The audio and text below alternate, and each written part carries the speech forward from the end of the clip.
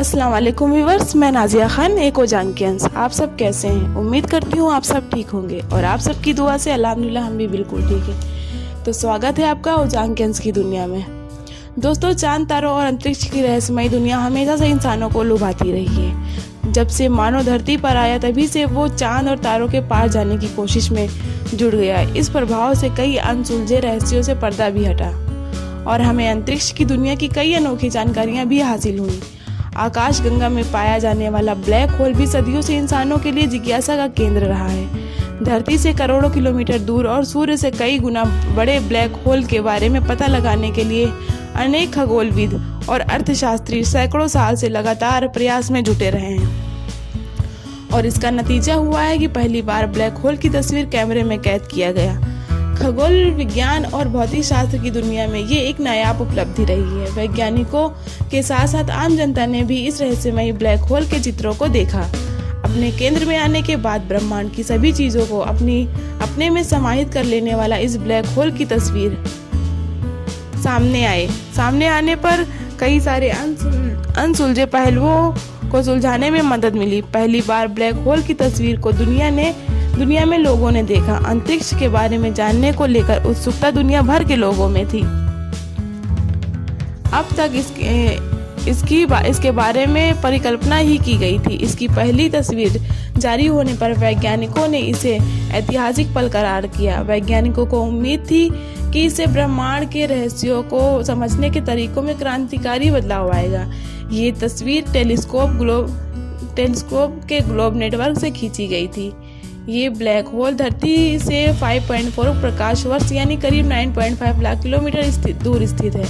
ये black hole M87 Galaxy में स्थित है।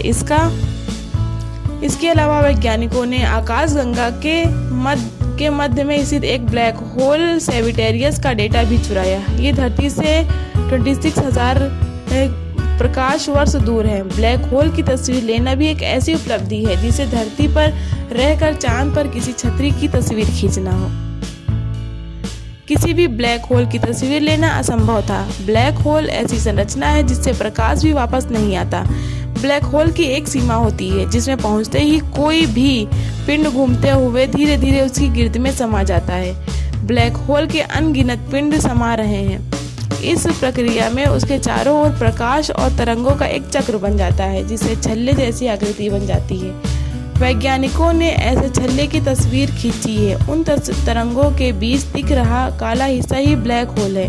इवेंट होराइजन टेलीस्कोप प्रोजेक्ट के तहत कई रेडियो टेलीस्कोप एंटीना को इस तरह जोड़ा गया कि वो एक टेलीस्कोप की तरह काम करें। अप्रैल 2017 में हवाई, एरिज़ोना, स्पेन, मैक्सिको, चिली और अंटार्कटिका में स्थापित टेलीस्कोप की मदद से पहला डेटा मिला था।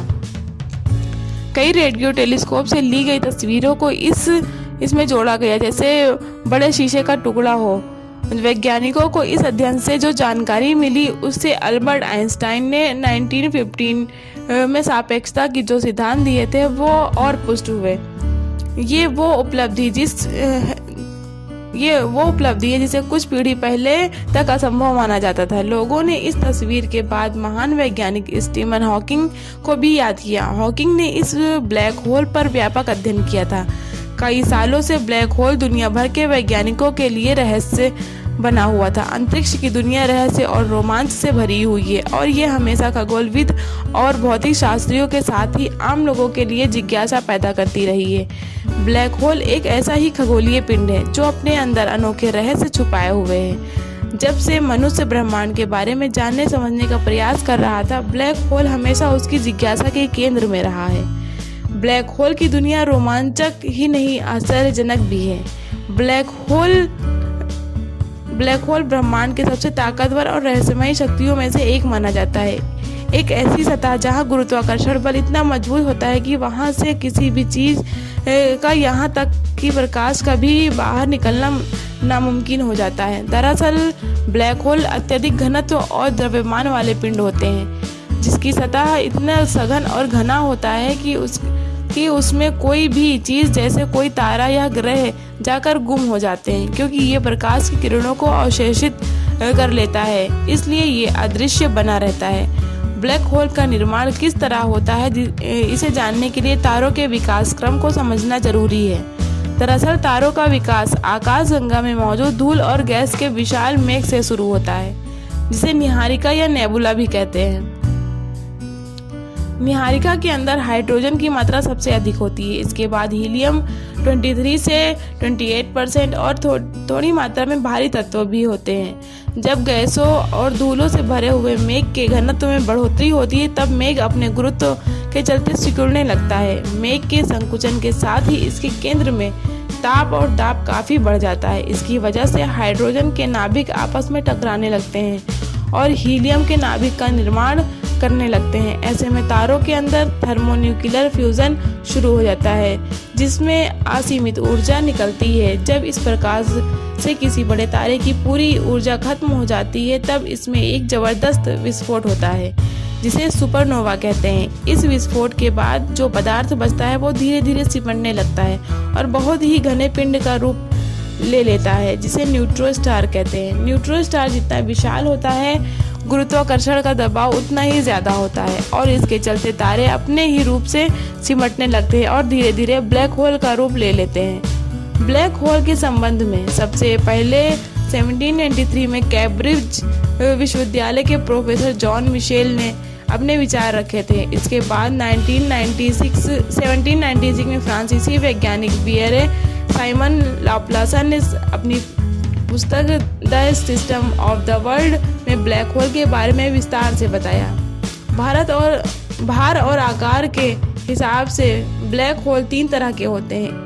एक सुपरमैसिव ब्लैक होल सबसे विशाल होते हैं। ये कई मिलियन सूर्य की शक्ति के बराबर होते हैं। ये आकाशगंगा के बीच में मौजूद होते हैं, जहां बहुत सारे तारों का झुंड और गैस के बादल होते हैं। इसकी वजह से सुपरमैसिव ब्लैक होल हमेशा बढ़ते रहते हैं। दूसरा, वहीं स्टेलर ब्लैक होल सामान्य रूप से पाए जाने वाले ब्लैक होल हैं, जिसका भार सूर्य से लगभग 20 गुना ज्यादा होता है। ये तब बनते हैं जब कोई बहुत बड़ा तारा टूट जाता है। इस प्रक्रिया को सुपरनोवा कहते हैं। तीसरे प्रकार के ब्लैक होल को मिनिएचर ब्लैक होल कहा जाता है। हालांकि ब्लैक होल अभी तक खोज नहीं हुई है। दरअसल किसी ब्लैक होल का पूरा द्रव्यमान एक बिंदु में केंद्रित रहता है, जिसे केंद्रीय विलक्षणता बिंदु कहते हैं। इस विलक्षणता बिंदु के आसपास एक गोलाकार सीमा की कल्पना की गई है, जिसे आमतौर पर इवेंट होराइजन कहा जाता है। इवेंट होराइजन की सीमा के अंदर आते ही किसी भी पदार्थ का ब्लैक होल का शक्तिशाली गुरुत्वाकर्षण बल अपनी ओर खींच लेता है और उसका बाहर आना असंभव हो जाता है। हमारी पृथ्वी से सबसे नजदीकी ब्लैक होल 1600 प्रकाश वर्ष की दूरी पर है, लेकिन इस ब्लैक होल का हमारी धरती पर के सौर मंडल पर कोई प्रभाव नहीं होता, क्योंकि इसका गुरुत्वीय प्रभाव यंत्र यहाँ तक नहीं पहुँचता। पहली बार आप और हम सुपरमैसिव ब्लैक होल की असली तस्वीर देख पाए हैं, लेकिन इस उपलब्धि से पाने से पहले कई वैज्ञानिकों ने चौंकाने वाले सिद्धांत और तथ्य अपने शोध में बताए, जो मील का पत्थर साबित हुए। मिस्टर अल्बर्ट आइंस्टीन और स्टीफन हॉकिंग जैसे कई वैज्ञानिकों ने बिग बैंग थ्योरी, सापेक्षता के सिद्धांत के जरिए ब्लैक होल के रहस्य को ढूंढने में मुहिम योगदान दिया। आई होप ये वीडियो आपको पसंद आई होगी। पसंद आई हो तो like, share, comment and subscribe my YouTube channel. बाकी खुश रहें, प्यार बांटें, टीचर और पेरेंट्स की रिस्पेक्ट करें। अल्लाह।